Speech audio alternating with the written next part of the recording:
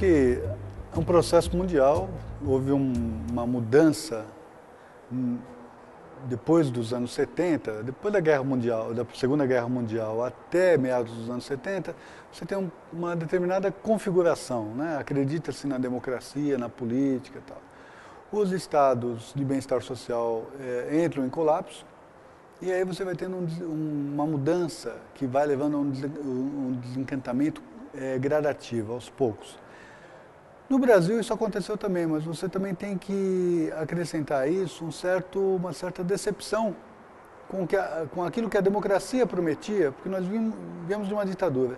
Então, a democracia prometia o paraíso, e é claro, não existe o paraíso. Então, essa decepção ela também vai se estabelecendo, se instalando no Brasil, e agora me parece natural que está na hora de recomeçar, de recompor essa esperança. Nós somos uma jovem democracia e somos imaturos por conta disso.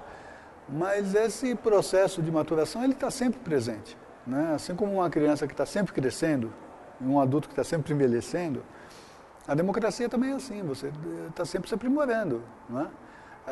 Somos uma jovem democracia a caminho de nos transformarmos numa democracia já não tão jovem, já no processo de amadurecimento. Isso leva anos, a história não se faz do dia para a noite, né? Nós ainda estamos muito longe de uma situação positiva.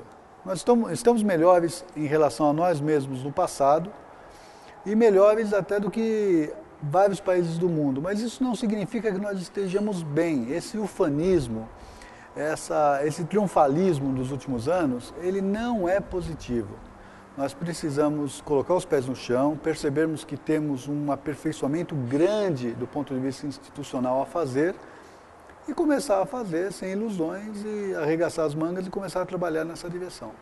Robespierre, na Revolução Francesa, era absolutamente idealista e apaixonado. Foi uma tragédia, né? Levou ao terror. Por outro lado, Danton, né? Não tinha nada de idealista, era um pragmático, também sem paixão alguma. Também foi uma tragédia. Ambos terminavam na guilhotina. Na verdade, você precisa ter ideal e você precisa ter senso de pragmatismo. O idealismo sem pragmatismo vai te levar simplesmente ao sonho, não é? E o pragmatismo sem idealismo algum vai te levar ao cinismo. Né? Então é necessário você mesclar essas duas perspectivas, né? Um idealismo pragmático e um pragmatismo alicerçado pelo idealismo.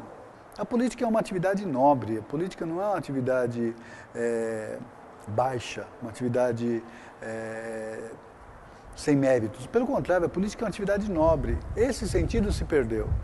Quando uma instituição como a RAPS tenta recompor esse sentido da política, trazer pessoas com vontade de recompor esse processo, né, e espalhar, pulverizar esse sentimento para o resto do Brasil, olha, é um enorme avanço. Oxalá isso fosse reproduzido pelo Brasil inteiro por várias outras instituições que fizessem isso. Olha, eu acho que a primeira coisa é fazer com que as pessoas percebam que tudo é política.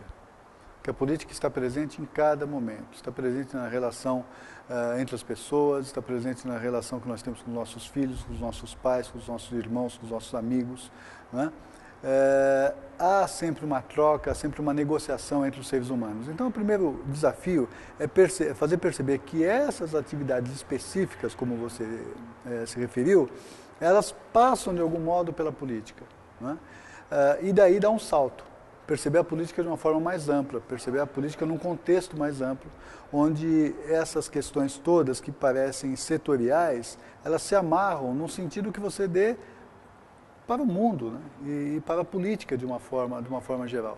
Recompor o sentido da política, recompor a sua grandeza, né? A sua nobreza, me parece importante e um processo pedagógico fundamental a fazer, e eu acho que a RAPS, de certa forma, se propõe a esse processo pedagógico, né? Com a difusão depois dos seus resultados.